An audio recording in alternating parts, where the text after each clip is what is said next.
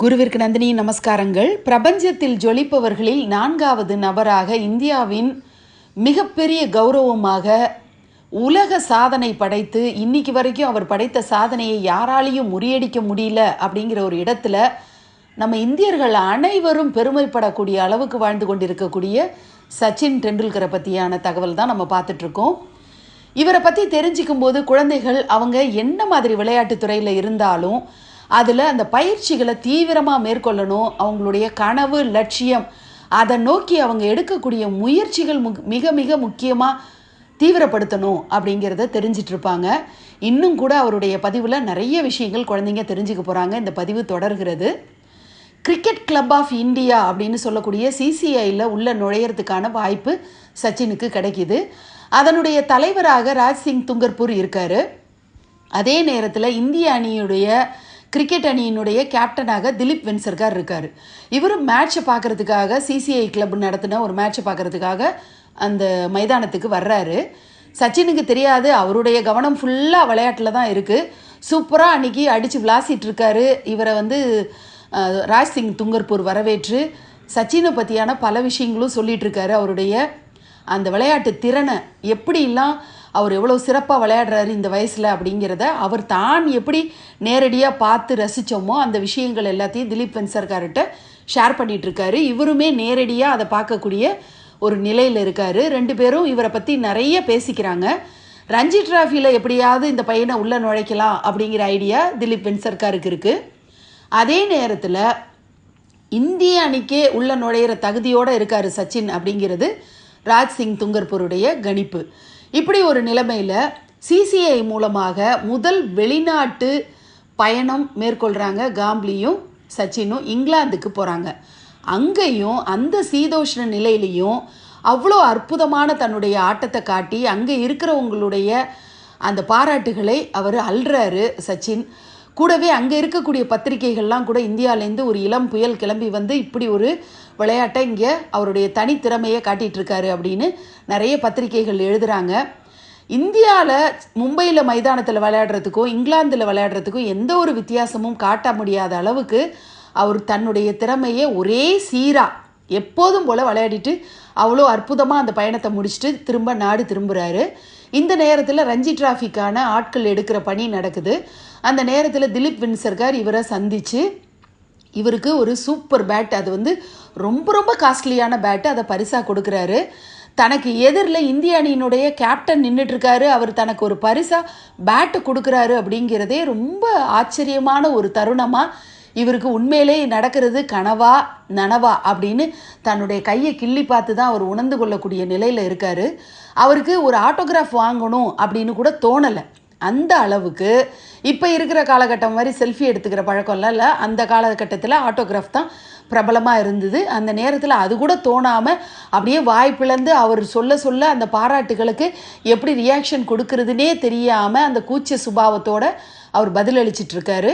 நீ சூப்பராக வரணும்னு நான் ஆசைப்பட்றேன், மேலே தொடர்ந்து நல்ல பயிற்சி எடுத்துக்கோ அப்படின்னு சொல்லிட்டு அவர் கிளம்பி போயிடுறாரு. அந்த பேட்டை எடுத்துகிட்டு வந்து தன்னுடைய நண்பர்கள்ட்ட அவர் காட்டி பெருமைப்பட்டுக்கிற அந்த காட்சியை நம்ம ஒரு நிமிஷம் கண்ணை மூடி யோசித்து பார்த்தா நமக்கே அது புரியும்.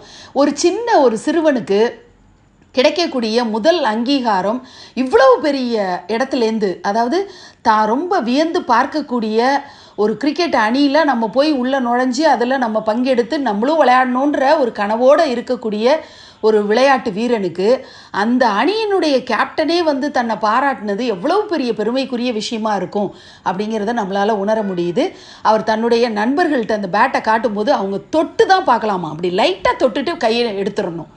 அதில் எந்த விதமான ஒரு சின்ன கீறல் கூட வராத அளவுக்கு அவர் அவ்வளோ பொத்தி பொத்தி பார்த்துக்கிட்டாரு. முக்கியமான விளையாட்டு போட்டிகளுக்கு மட்டும்தான் அந்த பேட்டை பயன்படுத்தியிருக்காரு. இன்னி வரைக்கும் அது ஒரு மிக முக்கியமான பொக்கிஷமாக அவர் பாதுகாத்துட்டு வர்றாரு. இந்த ஒரு தகவலோட அப்போ அந்த நேரத்தில் திலீப் வென்சர்கார் என்ன யோசிக்கிறாருன்னா, ரஞ்சி டிராஃபியில் இவர் சேர்றதுக்கான முழு தகுதியும் இருக்குது. அதே நேரத்தில் 18 வயசுக்கு கம்மியாக இருக்கிறவங்கள அந்த டீமில் சேர்க்கறது இல்லை. ஆனாலும் இந்த விதிமுறைகளுக்கெல்லாம் அப்பாற்பட்ட வகையில் இவர் சூப்பராக விளையாடிட்டு இருக்காரு. அதனால் அந்த விதிமுறைகளை தளர்த்திட்டு அவரை உள்ளே நுழைக்கலாம், மும்பை அணியோடைய ரஞ்சி டிராஃபி டீமில் அவரை சேர்க்கலான்லாம் முடிவு பண்ணுறாரு. ஆனால் அவருக்குள்ளே ஒரு தயக்கம் இருக்குது.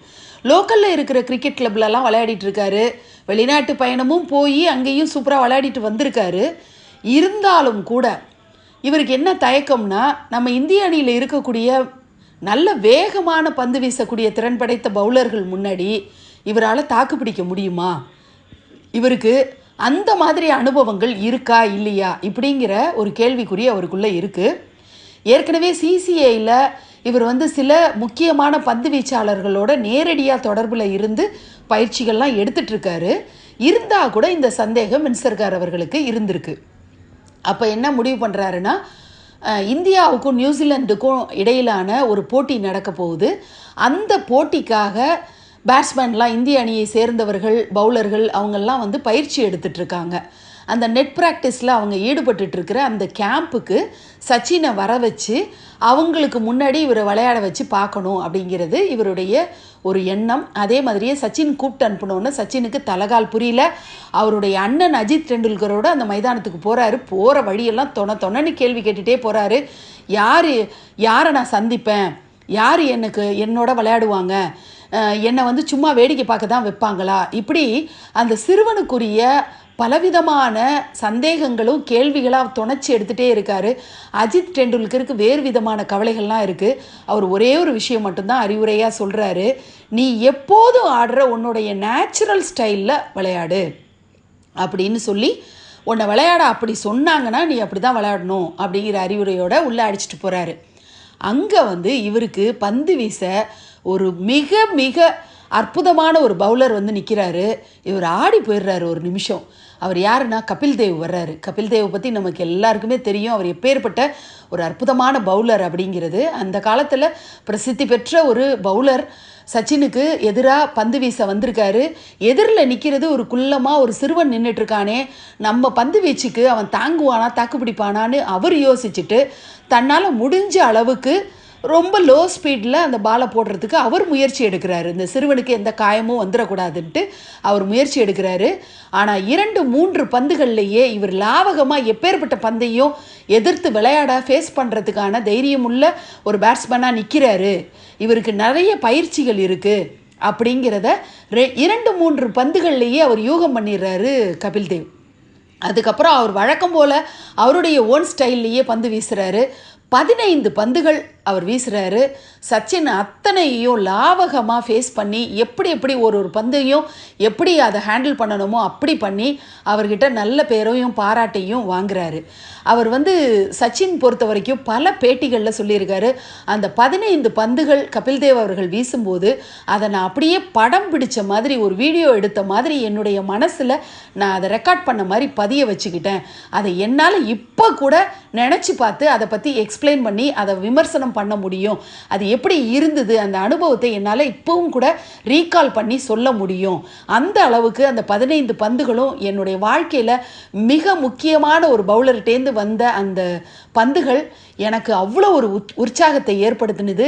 என்னுடைய வாழ்க்கையில் மறக்க முடியாத ஒரு தருணம் நான் கபில்தேவ் அவர்களை நேரடியாக சந்தித்த அந்த தருணம் அப்படின்னு சொல்லி அவர் ரொம்பவே சந்தோஷப்பட்டு சொல்லியிருக்காரு பல பேட்டிகளில்.